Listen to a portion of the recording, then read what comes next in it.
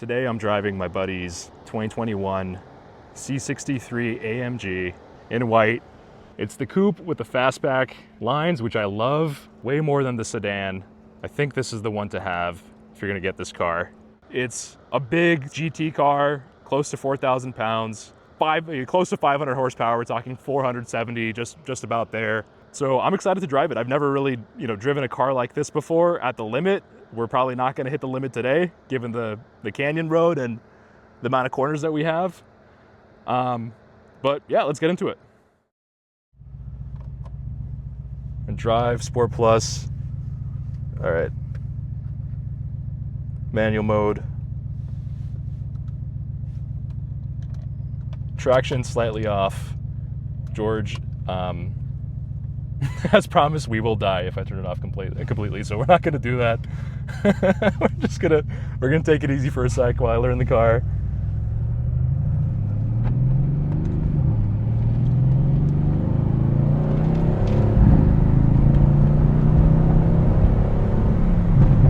Yep, there was a pop right there. So immediately the steering's good.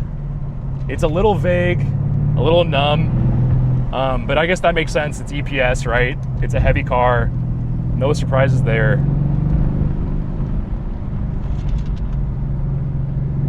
But for canyon driving, the car's pointing where I want it to.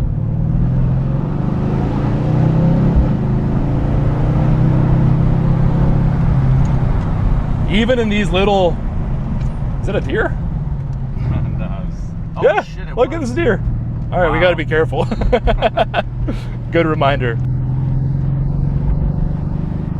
I'm glad we got that on camera. Yeah, even in those slight bends, I can feel the weight, right? It's pushing me to the outside of the turn. And if you have consecutive corners like that, you kind of struggle to find center.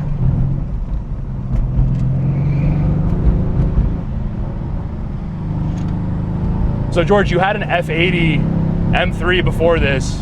Yeah. How do you think the handling dynamics compared between these two cars? So disclosure, I had the F80 competition, and this is not the C63S, so it's not a complete apples to apples, but I would say the F80 was a lot more sporty, a lot more athletic, a lot more dry, but they deliver power very differently. I would say the F80 delivers power way better in the lower end, like second gear, third gear, fourth gear. But when you get up to the top, like for highway driving, you can't compare the two. This car eats up highway miles. So yeah, I mean, I think that's like bottom line what this car is. It's like a gentleman's car, right? Yeah. And so I don't know if you were like a gentleman assassin. I'm not a gentleman, but he is an assassin. Every time I see one of these on the freeway, I'm like, there has to be a dead body in the trunk. But yeah, I mean, like, I bet on highways it's super comfortable, right? The exhaust note is very rewarding. Does it drone on the highway, or is it okay? No, it doesn't. It's very comfortable. Going from the F80 to this thing, yeah, the F80 ruined my back. I'm not even kidding. It was so dry daily driving it. And I'm not in my, late ages, so if you're much older, it's going to be a lot harder on you. But this car is the perfect blend of two, especially if you're just a regular consumer and you're not going to be tracking. Dude, I don't see a point. I think this car gives you a lot for what you're buying. Yeah, I think that's exactly right. And even in the canyons here, it's plenty fun. I just realized I have to be careful with braking force going downhill because the car does carry more weight than the GR86. So I need more stopping distance, or at least I have to squeeze the brake a little harder. It will stop you. It will stop you. The only thing you need to be worried about is if you're on the downhill for a while, maybe not in the first 30 minutes, but if you're driving for a while, like an hour or so, yeah, you're going to start to feel the brake fade. The weight of the car does overcome the brakes eventually. Yeah, well, we can engine brake a little bit. Let's see. Yeah. All you need to do is just let it cool off for a couple minutes and then yeah. Man, this car sounds good, man. This is, Jesus Christ.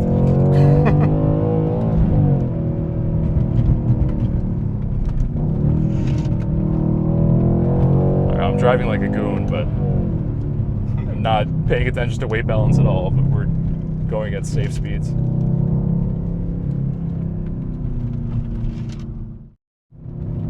The other major difference I would say is the F80 is a lot more forgiving. The technology is better in that car when it comes to traction control. This car will try to kill you if you're not careful. Which is like, yeah, that's like the famous AMG thing.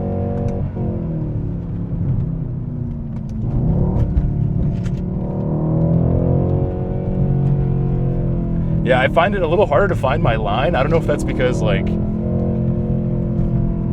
car is wide, man. Sometimes the car's wider for sure. So I can't do the sort of like turn into the apex, like use the entire lane the same way you do with a smaller car.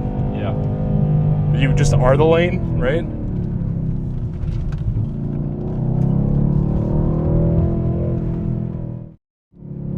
So the difference between this, the C63 and the C63S is what, like 30 fewer horsepower, like 40 fewer pound-feet of torque. They do have a sport exhaust. They do have a more advanced traction control system. So what I'm complaining about, it can actually be resolved with the 63S. Yeah. They do have stages for the traction control. Yeah, this one's mechanical. It's a mechanical LSD. The other one is electronic. So yeah, that's true too. Yeah. And it has different engine mounts, which again, for like your typical consumer, it means nothing. But if you're a track person, first of all, if you're a track person, you're probably not even buying this car. You're probably Yeah, gonna buy a BMW. You're not gonna buy that's this a car. fair point. So I feel like the C63S is a gimmick, but that's just me. So I came from a F80 competition, and I didn't want anything as stiff as that again. So that's why I landed on this one. I mean, I think I agree with you that you probably don't need the C63S, and it's a bit of like a, I mean, listen, if you have the money, go for it, but it's kind of a poser car in that it's like deviating from trying to be a GT car, which that's what this is. The other thing I noticed is like the paddles are incredible. Like I've never driven a DCT. I'd like to drive a DCT. This is a little different, right? It's like yeah, it's not really a DCT. It's a multi-clutch transmission or something. Yeah, right. That's my other gripe with this car. At low temperatures, when you're just starting up the car and you're driving out to go to work, you should always warm up this car. This definitely needs warm up, but the transmission is very twitchy. It'll like rock you back and forth as if you're about to stall the car. Maybe that's this car issue. I've had a few issues with this thing, but the BMW did not do that. The BMW F80, which is a dual clutch, yeah, way faster in shifting, more comfortable. It's kind of insane to imagine that it could be even faster at shifting. Yeah, this is really good. It's very good. Comparable. Yeah, I mean, come on. Yeah, you get this car in a straight line, and then that is addicting. The magic actually happens. Yeah.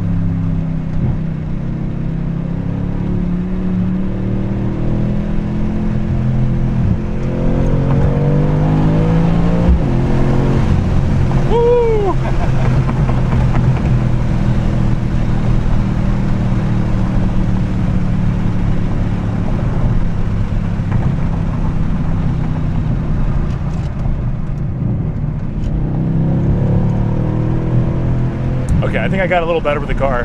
Yeah, no, you can tell your confidence went up, but yeah.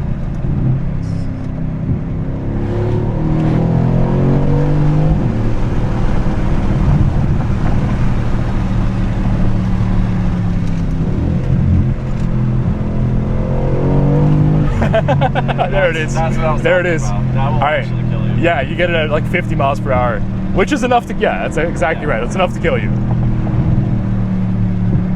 That wasn't a particularly aggressive corner either, you know? Like, no, this car is consistently trying to kill you. That was one of the biggest differences between jam the F80 in this car. How's the brake feed?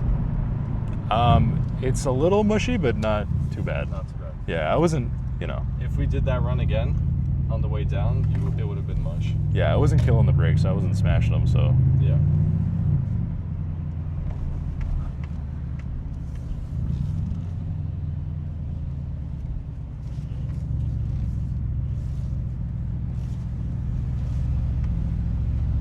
All right, man. Thank you. This was fun.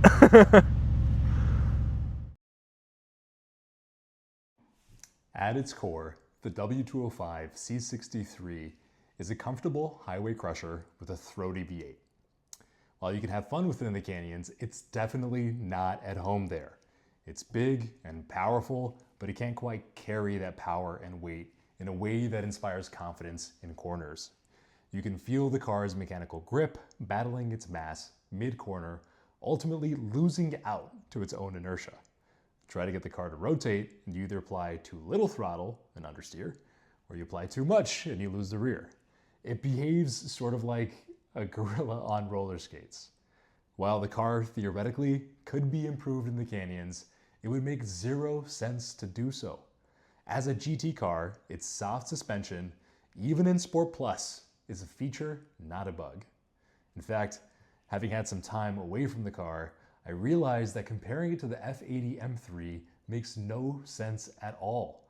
Its real rival is the IS500 F Sport, which unfortunately for Mercedes raises another important question: reliability.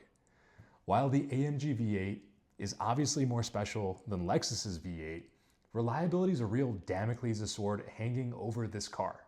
George, who kindly let me drive his car, has been in and out of the shop constantly. He's had an intercooler leak, failed injector coil, 2 oil pump failures, which required Mercedes to drop the engine both times. You probably won't have those issues with the Lexus. And now that Mercedes says that they'll be bringing back the V8, I see even less of a point in buying the W205 generation. My advice, if you want one, is wait for the new one, lease it, and make it Mercedes' problem, not yours. Thank you for watching.